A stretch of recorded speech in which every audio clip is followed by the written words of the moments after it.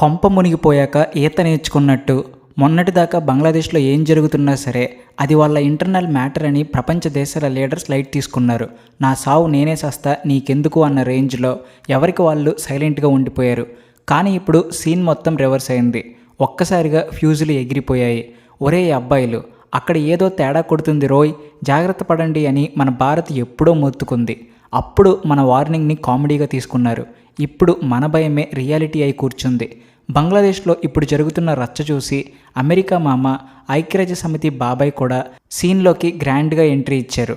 ఇక ఆపకపోతే తోలు తీస్తామన్నట్టు స్ట్రాంగ్ వార్నింగ్స్ ఇచ్చేశాయి. మైనారిటీల మీద దాడులు జరుగుతుంటే చూస్తూ ఊరుకునేది లేదని తేల్చి చెప్పేశాయి. అసలు బంగ్లాదేశ్ గవర్నమెంట్ అక్కడ ఏం చేస్తుంది? కుంభకర్ణుడిలా నిద్రపోతున్న ఈ పెద్ద పెద్ద దేశాలన్నీ సడన్గా ఎందుకు ఉలిక్కిపడి లేచాయి? అసలు కథలో అసలైన ట్విస్ట్ ఏంటి అనేది తెలుసుకునే ముందు మీరు ఇంకా మా ఛానల్ని సబ్స్క్రైబ్ చేసుకోకపోతే వెంటనే చేసేయండి. ఈ మొత్తం ఎపిసోడ్పై మీ ఒపీనియన్ని కామెంట్ సెక్షన్లో తగ్గేదేలే అన్నట్టు చెప్పేయండి. ఇప్పుడు అసలు మ్యాటర్లోకి వెళ్తే 7 సముద్రాల అవతల ఉన్న న్యూయార్క్, వాషింగ్టన్లలో ఇప్పుడు బంగ్లాదేశ్ రచ్చ హాట్ టాపిక్గా మారింది. మొన్నటిదాకా దీన్ని ఒక కంట్రీ ఇంటర్నల్ ఇష్యూగా కొట్టిపారేశారు. కానీ సడన్గా ఇది ప్రపంచంలోని పెద్ద పెద్ద కౌన్సిల్ టేబుల్స్ మీదకు వచ్చేసింది. మన భారత్ ఈ గొడవ గురించి పదే పదే ప్రపంచాన్ని వార్న్ చేస్తూనే ఉంది. బాబోయ్, అక్కడ ఏదో జరుగుతుంది, జాగ్రత్త పడండి అని మనం మొత్తుకుంటే అప్పుడు చాలామంది చెవిటివాడి ముందు శంఖం ఊదినట్టు మౌనంగా ఉన్నారు. కానీ ఇప్పుడు సిచ్యువేషన్ చెయ్యి దాటిపోయాక ప్రపంచ సూపర్ పవర్స్ కూడా భారత్ వైపు నిలబడుతున్నాయి. అంటే ఫైనల్గా మన భారత్ మాటే నెగ్గిందనమాట. ఒక పక్క ఢాకాలో అల్లకల్లోలం, ఇన్స్టెబిలిటీ, మరోపక్క హ్యూమన్ రైట్స్ గురించి పెద్ద పెద్ద మాటలు మాట్లాడే వెస్ట్రన్ కంట్రీస్ తమ మౌనాన్ని వీడక తప్పలేదు. రాత్రికి రాత్రే అమెరికా నుంచి ఐక్యరాజ్య సమితి వరకు అందరూ గొంతు పెంచాల్సి వచ్చింది. అసలు అమెరికా ఇప్పుడు బంగ్లాదేశ్కి ఎగెనెస్ట్గా భారత్తో ఎందుకు చేతులు కలిపింది? అక్కడ ఉన్న టెంపరరీ గవర్నమెంట్ పూర్తిగా కంట్రోల్ కోల్పోయిందా? ఈ మొత్తం ఎపిసోడ్లో భారత్ సాధించిన డిప్లొమాటిక్ సక్సెస్ ఏంటి అనేది మనం డీటెయిల్డ్గా చూద్దాం. గత కొన్ని నెలలుగా బంగ్లాదేశ్లో ఏం జరుగుతుందో మనందరికీ తెలుసు. న్యూస్ ఛానల్స్లో చూస్తూనే ఉన్నాం. కానీ ఇప్పుడు ఇది కేవలం పొలిటికల్ ప్రొటెస్ట్లా లేదు. దాని రూపం మారిపోయింది. గుంపు టార్గెట్ మారింది. రాజకీయాలతో అసలు సంబంధం లేని అమాయకులు ఇప్పుడు విక్టిమ్స్ అవుతున్నారు. వాళ్ళు చేసిన ఏకైక తప్పేంటంటే వాళ్ళు ఒక పర్టికులర్ కమ్యూనిటీకి చెంది ఉండడమే. ఢాకా వీధుల్లో లా అండ్ ఆర్డర్ అనేది లేకుండా పోయింది. అందుకే ఈ మంటలు కేవలం ఒక దేశానికే పరిమితం కావని, పక్కనున్న వాళ్ళకి కూడా అంటుకుంటాయని ప్రపంచానికి అర్థమైపోయింది. ఇక్కడో పెద్ద డౌట్ ఏంటంటే ప్రపంచం ఎంతో నమ్మకం పెట్టుకున్న మహమ్మద్ యూనస్ గవర్నమెంట్ ఫెయిల్ అవుతుందా?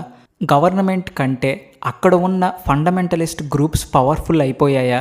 అమెరికా, యుఎన్ చేసిన స్టేట్మెంట్స్తో బంగ్లాదేశ్ పాలిటిక్స్లో ఏదైనా పెద్ద చేంజ్ రాబోతుందా? ఈ క్వశ్చన్స్ అన్నిటికీ ఆన్సర్ వెతుకుదాం. కథలో అసలు ట్విస్ట్ ఎప్పుడు వచ్చిందంటే ఐక్యరాజ్య సమితి తన మౌనాన్ని వీడినప్పుడు. సాధారణంగా ఏ దేశం గొడవల్లోనూ యుఎన్ అంత త్వరగా తలదూర్చదు. వాళ్ళు చాలా డిప్లొమాటిక్గా ఉంటారు. కానీ ఈసారి సిచ్యువేషన్ వేరు. ఐక్యరాజ్య సమితి secretary general Antonio Guterres representative Stephen Dujarric చేసిన స్టేట్మెంట్ మామూలు స్టేట్మెంట్ కాదు. అది ఒక సీరియస్ వార్నింగ్. బంగ్లాదేశ్లో కరెంట్ సిచ్యువేషన్ చాలా ఆందోళనకరంగా ఉందని ఆయన ఓపెన్గా చెప్పేశారు. ప్రతి సిటిజన్కి సెక్యూరిటీ ఇవ్వాల్సిన రెస్పాన్సిబిలిటీ అక్కడ ఉన్న టెంపరరీ గవర్నమెంట్దే అని గట్టిగా చెప్పారు. ఇక్కడ ప్రతి పౌరుడు అని ఆయన స్ట్రెస్ చేసి చెప్పడం వెనుక అర్థం అక్కడ దాడులకు గురవుతున్న మైనారిటీలే. మతం, కులం లేదా ఐడెంటిటీ పేరుతో ఎవరిని డిస్క్రిమినేట్ చేయకూడదని యుఎన్ క్లియర్ కట్గా చెప్పింది. ఇది ఢాకాలోని యూనస్ ప్రభుత్వానికి గట్టి దెబ్బే అని చెప్పాలి. అంతేకాదు, ఫిబ్రవరి 2026లో అక్కడ ఎలక్షన్స్ జరగాల్సి ఉంది. కానీ సిచ్యువేషన్ అలాగే కంటిన్యూ అయితే ఆ ఎలక్షన్స్కి అర్థం ఉండదు అని యుఎన్ హ్యూమన్ రైట్స్ కమిషనర్ కూడా తేల్చేశారు. వైలెన్స్ వెంటనే ఆగిపోవాలి, లేకపోతే పర్యవసానాలు చాలా సీరియస్గా ఉంటాయి అని ప్రపంచం బంగ్లాదేశ్కి డెడ్లైన్ పెట్టేసింది. ఒక రకంగా చెప్పాలంటే ఎక్కడైనా సర్దుకోకపోతే మా తడాకా చూపిస్తామని ఇండైరెక్ట్గా చెప్పినట్టే. ఇది జస్ట్ టీజర్ మాత్రమే. అసలు సినిమా అమెరికా ఎంట్రీతో మొదలైంది. సాధారణంగా సౌత్ ఏషియా విషయాల్లో ఆచితూచి మాట్లాడే అమెరికా ఈసారి భారత్ ఆందోళనకు ఫుల్ సపోర్ట్ ఇచ్చింది. బహుశా వాళ్ళకి కూడా అర్థమై ఉంటుంది భారత్ చెప్పింది కరెక్టే అని. అమెరికా చట్టసభ సభ్యులు రాజా కృష్ణమూర్తి, సుభాష్ సుబ్రహ్మణ్యన్ ఈ విషయంలో లీడ్ తీసుకున్నారు.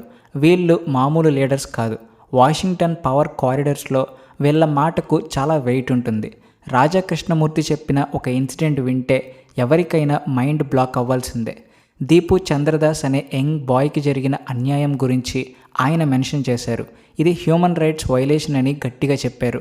మాబ్ జస్టిస్ అంటే గుంపు తీర్పులు న్యాయం అనిపించుకోవు అని ఆయన క్లియర్గా చెప్పారు.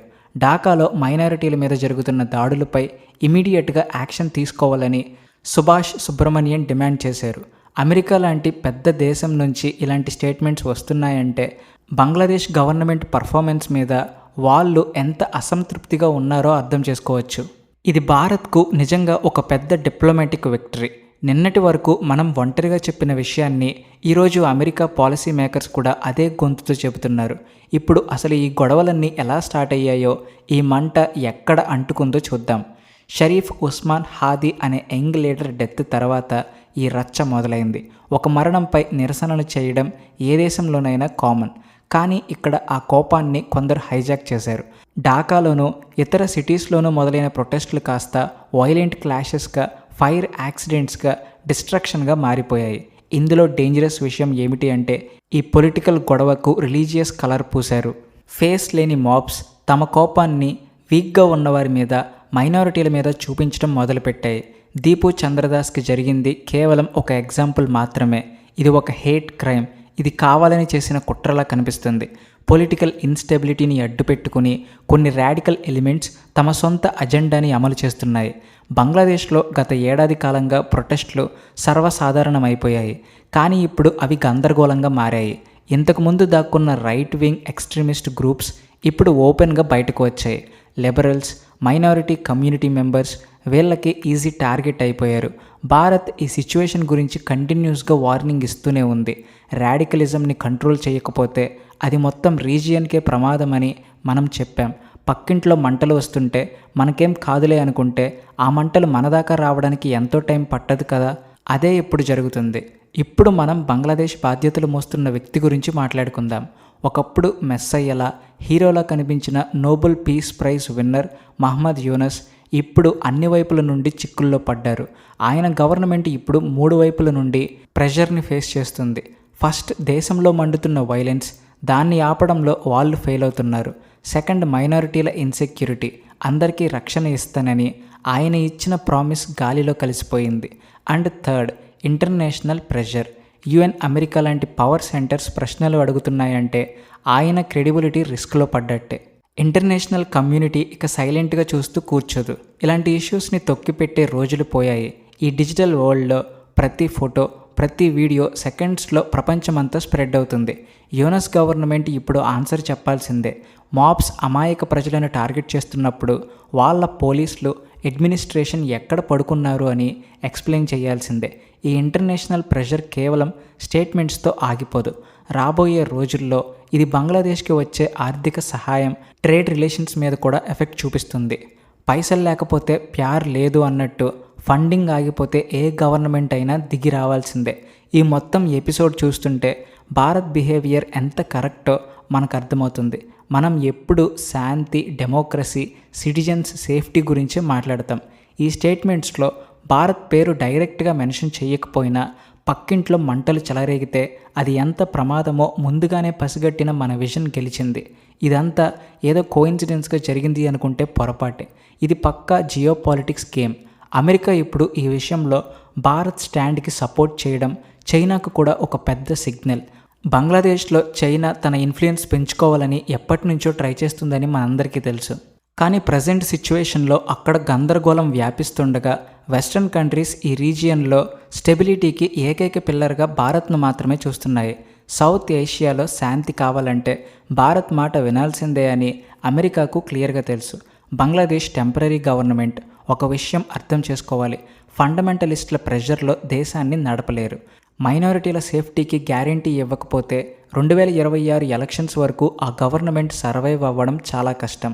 Bharat soft power, tough diplomacy combination వల్లే ఈరోజు ప్రపంచంలోని మేజర్ కంట్రీస్ ఢిల్లీ వాయిస్ని ఫాలో అవుతున్నాయి. ఇది 2025 నాటి భారత్. ఇది కష్ట సమయాల్లో తమ పొరుగు వాళ్ళకి హెల్ప్ చేయడమే కాదు, అక్కడ ఏదైనా తప్పు జరిగితే ప్రపంచాన్ని నిలదీసే గట్స్ కూడా కలిగి ఉంది. ఈ మొత్తం ఇన్సిడెంట్లో మనం అస్సలు ఇగ్నోర్ చేయకూడని మరో యాంగిల్ కూడా ఉంది. అదే అక్కడ ఉన్న కామన్ పీపుల్ భయం. వేలాది మంది ఉన్మాద గుంపుతో చుట్టుముట్టబడిన ఒక ఫ్యామిలీని ఊహించుకోండి. ఆ భయం, ఆ టెర్రర్ మాటల్లో చెప్పలేం. రాజా కృష్ణమూర్తి డీప్లీ షాక్డ్ అనే వర్డ్స్ యూజ్ చేసినప్పుడు ఇది కేవలం డిప్లొమాటిక్ పదం కాదు, ఆ human tragedy reaction. Safe environment అవసరమని యుఎన్ చేసిన స్టేట్మెంట్ అక్కడ సిస్టమ్ ఎంత దారుణంగా ఫెయిల్ అయిందో ప్రూవ్ చేస్తుంది. పోలీస్ స్టేషన్ల మీద దాడులు, ప్రభుత్వ బిల్డింగ్స్ని తగలబెట్టడం డెమోక్రసీకి సింబల్స్ కాదు, అవి మాబ్ రూల్స్కి సింబల్స్. మీరేమంటారు? కామెంట్స్లో చెప్పండి. అలాగే వీడియో నచ్చితే please like and share and also thanks for watching.